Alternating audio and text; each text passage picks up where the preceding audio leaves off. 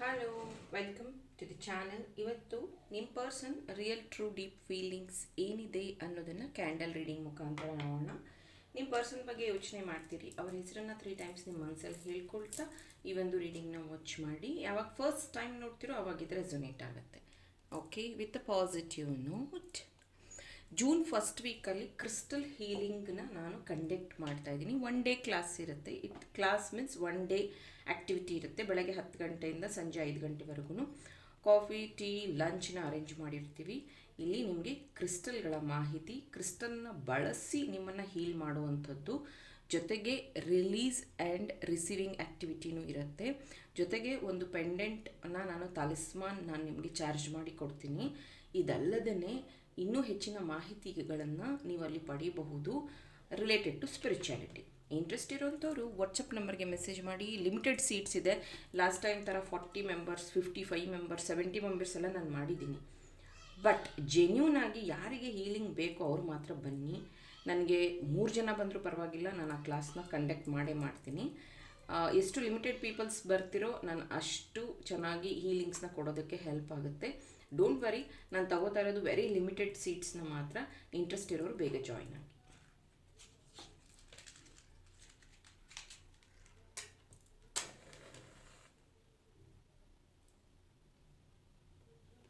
Thank you. So ನಿಮ್ಮ person real true deep feelings ಬಗ್ಗೆ ಹೇಳೋದಾದರೆ, ನಿಮ್ಮ ಮತ್ತು ನಿಮ್ಮ ಪರ್ಸನ್ದು ತುಂಬಾ ಪ್ಯೂರ್ ಲವ್ ಅನ್ನುವಂಥದ್ದು ಕಾಣಿಸ್ತಾ ಇದೆ. ಈ ಹಾಲಿನ ಕೆನೆ ಕಲರ್ ಏನತ್ತಲ್ಲ ಆ ಥರ ತುಂಬ ಪ್ಯೂರ್. ಯಾಕಂದರೆ ಎಷ್ಟೋ ಬಾರಿ ನೀವು ಸರಿಯಾಗಿ ಕಮ್ಯುನಿಕೇಷನ್ನೇ ಮಾಡೋದಿಲ್ಲ. ಬಟ್ ಒಬ್ರಿಗೊಬ್ರು ಈ ಆತ್ಮ ಬಂಧನ ಅಂತಾರೆ, ಅಥವಾ ಸೋಲ್ ಕನೆಕ್ಷನ್ ಅನ್ನುವಂಥದ್ದು, ಅಥವಾ ಮಾತಾಡ್ದೇ ಎಲ್ಲ ಗೊತ್ತಾಗತ್ತೆ ಅಂತಾರೆ ಗೊತ್ತಾ, ಆ ರೀತಿಯಾದ ಕನೆಕ್ಷನ್ ನಿಮ್ಮದು. ಮತ್ತು ಎಷ್ಟೋ ಜನದ ಮುಂದೆ ನೀವು ಎಷ್ಟು ಮೆಚ್ಯೂರ್ ಆಗಿ ಕಾಣ್ತೀರಾ, ಎಷ್ಟು ಆ್ಯಕ್ಟಿವ್ ಆಗಿ ಕಾಣ್ತೀರಾ ಅಂದರೆ ನಿಮ್ಮ ವಯಸ್ಸಿಗಿಂತ ನೀವು ಚಿಕ್ಕವ್ರು ಕಾಣ್ತೀರಾ. ಮತ್ತು ನಿಮ್ಮಿಬ್ಬರ ಈ ಪ್ರೀತಿ ಇದೆಯಲ್ಲ, ಸೌಂದರ್ಯ ನೋಡಿಕೊಂಡು ಅಥವಾ ನಿಮ್ಮ ನೋಡೋಕ್ಕೆ ಚೆನ್ನಾಗಿದ್ದೀರಾ, ನಿಮ್ಮ ಕಣ್ಣು ಚೆನ್ನಾಗಿದೆ, ಈ ಥರದ ಪ್ರೀತಿ ಅಲ್ಲ ಇದು. ಆತ್ಮ ಅಥವಾ ಇನ್ನರ್ ಸೋಲ್ ಅನ್ನುವಂಥದ್ದು, ಅಥವಾ ನಿಮ್ಮಿಂದ ಅವರು ಇನ್ಸ್ಪೈರ್ ಆಗಿರುವಂಥದ್ದು, ಅಥವಾ ಅವರಿಂದ ನೀವು ಹೀಲ್ ಆಗಿರುವಂಥದ್ದು, ಈ ರೀತಿಯ ಪ್ರೀತಿ ಇದು. ಈ ಪ್ರೀತಿಯಲ್ಲಿ ಯಾವುದೇ ಸ್ವಾರ್ಥ ಅನ್ನೋದಿಲ್ಲ. ಎಸ್, ಕೆಲವೊಂದು ಬಾರಿ ಅವರು ಏನೋ ಪ್ರಾಮಿಸ್ ಮಾಡಿದ್ದಾರೆ, ಮರ್ತು ಬಿಟ್ಟಿದ್ದಾರೆ ಅಂತ ನಿಮ್ಗೆ ಅನ್ನಿಸ್ತಾ ಇರಬಹುದು. But he or she is owning their own battle. ಅಂದರೆ ಅವರ ಜೀವನದಲ್ಲಿ ಅವರು ಸದ್ಯಕ್ಕೆ ಹೋರಾಟವನ್ನು ಮಾಡ್ತಿದ್ದಾರೆ. ಜೀವನದಲ್ಲಿ ಮೇ ಬಿ ಅವರ ಗಂಡ ಹೆಂಡತಿ ತೀರಿ ಹೋಗಿರೋದು, ಅಥವಾ ಅವ್ರ ಮನೆಯಲ್ಲಿ ಏನಾದರೂ ತೊಂದರೆ ಆಗಿರುವಂಥದ್ದು, ಅಥವಾ ಅವರು ಅವ್ರ ತಂದೆ ತಾಯಿಗೆ ಏನಾದರೂ ಪ್ರಾಮಿಸಸ್ನ ಕೊಟ್ಟಿರುವಂಥದ್ದು. ಹೀಗಾಗಿ ಆ ಒಂದು ಸ್ವಂತ ಒಂದು ಫ್ಯಾಮಿಲಿಯಲ್ಲಿ ಆಗಿರೋ ತೊಂದರೆಯಿಂದ ಅವರು ಸರಿಯಾಗಿ ನಿಮ್ಮನ್ನು ಕಮ್ಯುನಿಕೇಷನ್ ಮಾಡೋಕ್ಕಾಗ್ತಿಲ್ಲ, ಕ್ಲಾರಿಟಿ ಕೊಡೋಕ್ಕಾಗ್ತಿಲ್ಲ. ಒನ್ಸ್ ನೀವು ಅವ್ರಿಗೆ ಮೀಟ್ ಆದಾಗ, ನೀವು ಅವ್ರಿಗೆ ಸಿಕ್ಕಿದಾಗ ನಿಮ್ಮ ಹತ್ರ ಅವರು ಬಹಳ ವಿಷಯಗಳನ್ನು ಶೇರ್ ಮಾಡ್ಕೊಂಡಿದ್ದಾರೆ. ಆ್ಯಂಡ್ ಅದರಿಂದ ಅವರು ತುಂಬ ಹಗುರ ಫೀಲ್ ಮಾಡಿದ್ದಾರೆ. ಆದರೆ ನೀವೀಗ ಅಂತೀರಾ, ಎಷ್ಟೋ ದಿನಗಳಾದರೂ ಕಮ್ಯುನಿಕೇಷನ್ ಮಾಡೋದಿಲ್ಲ, ಮಾಡಿದ್ರೂ ಒಂದು 2 ನಿಮಿಷ 3 ನಿಮಿಷ ಮಾತಾಡಿ ಫೋನ್ ಇಟ್ಬಿಡ್ತಾರೆ, ಅವರಿಗೆ ನನ್ನ ಬಗ್ಗೆ ಯೋಚನೆ ಇಲ್ಲ ಅಂತ. ಮೈ ಡಿಯರ್, ಆ ಒಂದು ವ್ಯಕ್ತಿಯ ಜವಾಬ್ದಾರಿ, ಆ ಒಂದು ವ್ಯಕ್ತಿಯ ಯೋಚನೆಯಲ್ಲಿ ಯಾವಾಗಲೂ ನೀವಿರ್ತೀರ, ಅವರ ಪ್ರೇಯರ್ಸಲ್ಲಿ ನೀವಿರ್ತೀರ.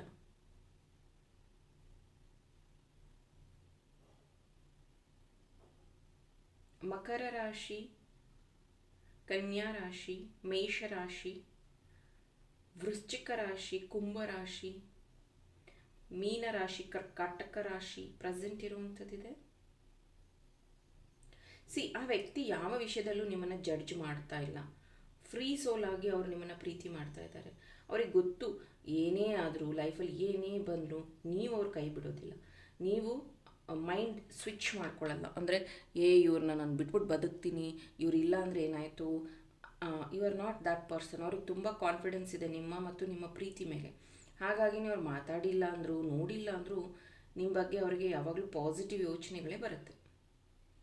ಆದರೆ ನೀವು ಯಾವಾಗಲೂ ಅವ್ರ ಬಗ್ಗೆ ನೆಗೆಟಿವ್ ಯೋಚನೆ ಮಾಡೋದು, ಅವ್ರ ಬಗ್ಗೆ ನೆಗೆಟಿವ್ ಅಂದ್ಕೊಳ್ಳೋದು ಅಥವಾ ಅವ್ರನ್ನ ಜಡ್ಜ್ ಮಾಡೋದು ಮಾಡ್ತಾ ಇದ್ದೀರಾ. ಆ ಥರ ಮಾಡಿಬಿಡಿ.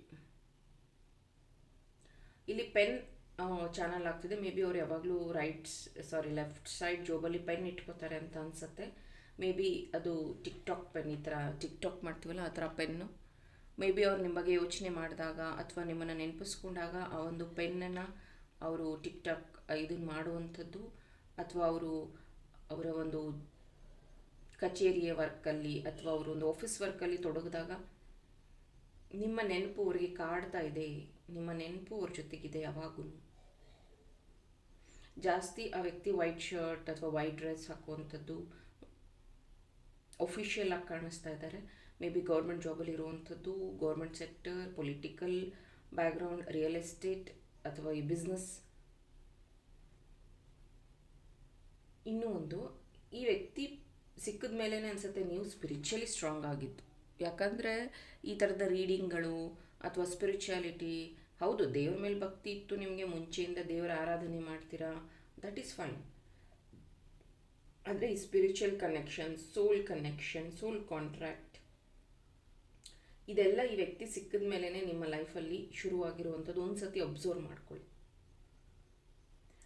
ಈ ವ್ಯಕ್ತಿ ಸಿಕ್ಕಿದ ಮೇಲೇ ನಿಮಗೆ ಕ್ರಿಸ್ಟಲ್ಸ್ ನಿಮ್ಮ ಲೈಫಲ್ಲಿ ಬಂದಿರುತ್ತೆ. ಈ ವ್ಯಕ್ತಿ ಸಿಕ್ಕಿದ ಮೇಲೇ ಒಂದು ಹೀಲಿಂಗ್ ಅನ್ನುವಂಥದ್ದು ಗೊತ್ತಾಗಿರುತ್ತೆ. ಈ ವ್ಯಕ್ತಿ ಸಿಕ್ಕಿದ ಮೇಲೇ ನಿಮಗೆ ಲವ್, ಕನೆಕ್ಷನ್, ಮಿಸ್ಸಿಂಗ್ ಎನರ್ಜೀಸ್ ಗೊತ್ತಾಗಿರುತ್ತೆ. ಈ ವ್ಯಕ್ತಿ ಸಿಕ್ಕಿದ ಮೇಲೆ ಮೇ ಬಿ ನಿಮ್ಮ ಹಾರ್ಟ್ ಚಕ್ರ ಹೀಲ್ ಆಗಿರುವಂಥದ್ದು. ಎಷ್ಟೊಂದು ಸತಿ ಹೀಲಿಂಗ್ ಆದಮೇಲೆ ಯೋಚನೆಗಳು ಬದಲಾಗುತ್ತೆ. ಆ್ಯಂಡ್ ಎಷ್ಟೊಂದು ಜನ ಅಂದ್ಕೊಂಡಿದ್ರೆ ಪ್ರೀತಿ ಅಂದ ತಕ್ಷಣ ಡೈಲಿ ಮಾತಾಡಬೇಕು, ಮೀಟ್ ಆಗಬೇಕು, ಕೇರ್ ಮಾಡಬೇಕು, ಏನಾದರೂ ಕೊಡಿಸ್ಬೇಕು ಅಂತ. ನೋ. ಕೆಲವೊಂದು ಸೋಲ್ ಕಾಂಟ್ರಾಕ್ಟ್ ಹೆಂಗಿರುತ್ತೆ ಅಂತಂದ್ರೇ, ಅವ್ರ ಜೊತೆಗೆ ನೀವು ಇದ್ದೀರಾ ಅನ್ನೋದೇ ಒಂದು ಹೀಲಿಂಗ್.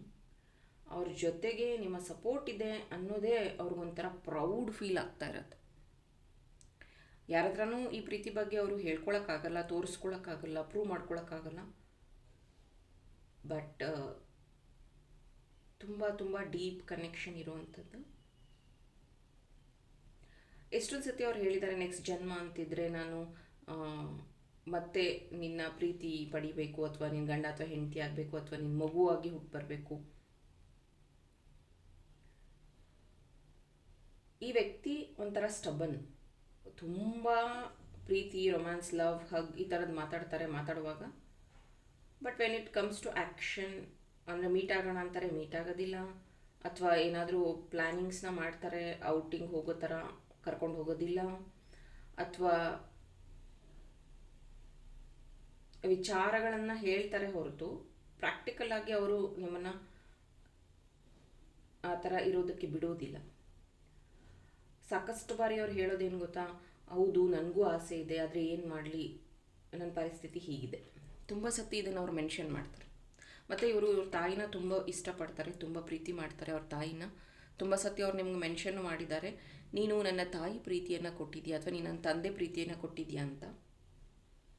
ನೀವು ಬರ್ತಾ ಬರ್ತಾ ಸ್ಪಿರಿಚುವಲಿ ಸ್ಟ್ರಾಂಗ್ ಆಗ್ತಾ ಇದ್ದೀರಾ. ಮೇ ಬಿ ಕ್ರಿಸ್ಟಲ್ಸ್ನ ಯೂಸ್ ಮಾಡುವಂಥದ್ದು, ಅಥವಾ ಯಾವುದಾದ್ರೂ ಮೆಡಿಟೇಷನ್ ಮಾಡುವಂಥದ್ದು, ಅಥವಾ ಸ್ವಿಚ್ ಕೋಡ್ಸ್ನ ಹೇಳುವಂಥದ್ದು. ಕೆಲವೊಂದು ಸತಿ ಪ್ರೀತಿ ಪ್ರೂವ್ ಮಾಡ್ಕೊಳ್ಳೋದ್ರಲ್ಲೇ ವಯಸ್ಸಾಗೋಗ್ಬಿಡುತ್ತೆ. So don't push. ಅಂದರೆ ನೀವು ನಿಮ್ಮನ್ನು ಫೋರ್ಸ್ಫುಲಿ ಪ್ರೂವ್ ಮಾಡ್ಕೊಳಕ್ಕೆ ಹೋಗಬೇಡಿ. ನಾನು ನಿನ್ನ ಗಂಡ, ನಾನು ನಿನ್ನ ಹೆಂಡತಿ, ನಾನು ನಿನ್ನ ಪ್ರಿಯತಮ, ನನಗೆ ಲೋಕದ ಮುಂದೆ ನೀನು ಪ್ರೂವ್ ಮಾಡು, ನಾನು ನಿನ್ನ ಜೊತೆಗಿರ್ತೀನಿ ಅಂತ ನನಗೆ ಸಾಕ್ಷಿ ಕೊಡು, ಪ್ರಾಮಿಸ್ ಮಾಡು. ಇದು ಕೆಲವೊಂದು ಕನೆಕ್ಷನ್ ಹೆಂಗಿರುತ್ತೆ ಅಂತಂದರೆ ಹೇಳ್ಕೊಳಕ್ಕಾಗಲ್ಲ. ಆ್ಯಂಡ್ ನೀವು ಅದನ್ನು ಮಾಡಿದಷ್ಟು, ಅಂದರೆ ನೀವು ಇವಾಗ ಏನೇನು ಕೇಳ್ತಿದ್ರಲ್ಲ ಆ ವ್ಯಕ್ತಿ ಅದು ಮಾಡಿದ್ರೆ ನೀವು ಈಗ ಹೆಂಗಿದ್ದೀರೋ ಅಷ್ಟು ಖುಷಿಯಾಗಿರೋಕ್ಕಾಗೋದಿಲ್ಲ. ಈಗಿರೋ ಪ್ರಾಬ್ಲಮ್ ಸಾಲ್ವ್ ಆಗೋದಿಲ್ಲ. ಆ್ಯಂಡ್ ಒಂದು ಸತಿ ಇದು ಚಾಕ್ಲೇಟ್ ಪೇಪರ್ ಓಪನ್ ಆದರೆ ಇರುವೆಗಳೆಲ್ಲ ಬರುತ್ತೆ. ಚಾಕ್ಲೇಟ್ ಪೇಪರ್ ಕ್ಲೋಸ್ ಇದ್ದಾಗ ಅದು ಚೆನ್ನಾಗಿರುತ್ತೆ. ಹಾಗೆಯೇ ನಿಮ್ಮ ಪ್ರೀತಿನೂ ಅಷ್ಟೇ.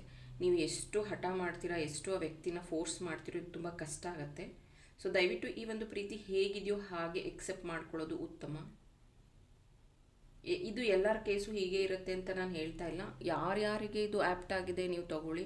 ಇನ್ನು ಯಾರ್ಯಾರು ಪ್ರೀತಿಲಿದ್ದೀರಾ ಅಥವಾ ಅಂದರೆ ಇದು ಫಸ್ಟ್ ಲವ್ ಅಂತಾರಲ್ಲ, ಅಂದರೆ ನಿಮಗೂ ಮದುವೆ ಆಗಿಲ್ಲ ಅವ್ರಿಗೂ ಮದುವೆ ಆಗಿಲ್ಲ, ಫಸ್ಟ್ ಲವ್ ಫಸ್ಟ್ ಕನೆಕ್ಷನ್ ಅನ್ನೋಂಥವ್ರು. ಎಸ್, ಮದುವೆಗಾಗಿ ಇನ್ನೂ ಟೈಮ್ ತಗೊಳುತ್ತೆ, ಇದು ಈಗಲೇ ಮದುವೆ ಅನ್ನೋಂಥದ್ದು ಇಲ್ಲಿ ಕಾಣಿಸ್ತಾ ಇಲ್ಲ. ಫಸ್ಟ್ ಆ ವ್ಯಕ್ತಿಗೆ ಸ್ಪೇಸ್ ಕೊಡಿ, ಆ ವ್ಯಕ್ತಿಗೆ ಬೇಕಾದಂತಹ ಹೆಲ್ಪ್ ಮಾಡಿ. ಖಂಡಿತ ಆ ವ್ಯಕ್ತಿ ನಿಮ್ಮನ್ನು ಮದುವೆ ಮಾಡ್ಕೊತಾರೆ, ನಿಮ್ಮನ್ನು ತುಂಬ ಪ್ರೀತಿ ಮಾಡ್ತಾರೆ, ನಿಮ್ಮ ಜೊತೆಗಿರೋದಕ್ಕೇ ಅವರು ಹುಟ್ಟಿ ಬಂದಿರೋವಂಥದ್ದು. ಆಲ್ ಅಬೌಟ್ ಬಿಲೀಫ್, ನಂಬಿಕೆ. ಓಕೆ, ಸೊ ಇದು ನಿಮ್ಮ ಪರ್ಸನ್ ಟ್ರೂ ಡೀಪ್ ಫೀಲಿಂಗ್ಸ್ ಆಗಿತ್ತು. ಇದೇ ಥರದ ರೀಡಿಂಗ್ಗೆ ನನ್ನ ಚಾನಲ್ನ ಫಾಲೋ ಮಾಡಿ. Thank you.